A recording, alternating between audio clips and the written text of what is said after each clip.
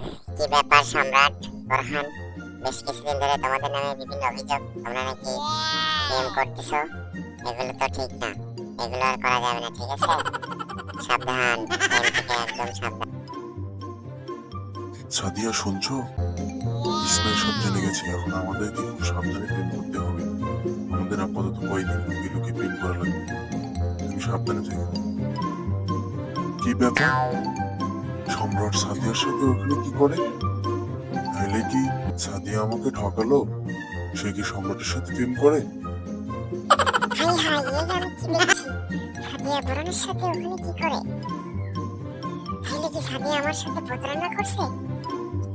ইসমাইল, বোরহান, আমি সাদিয়ার সাথে প্রেম করি, বোরহানের সাদিয়ার সাথে প্রেম করি।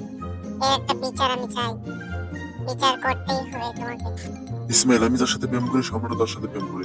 এর বিচার না করলে কিন্তু হবে না কোনোভাবে। সম্রাট, তোমাদেরকে একটা কথা বলা হয়নি। আমি সাদিয়ার সাথে 4 বছর ধরে রিলেশনে আছি।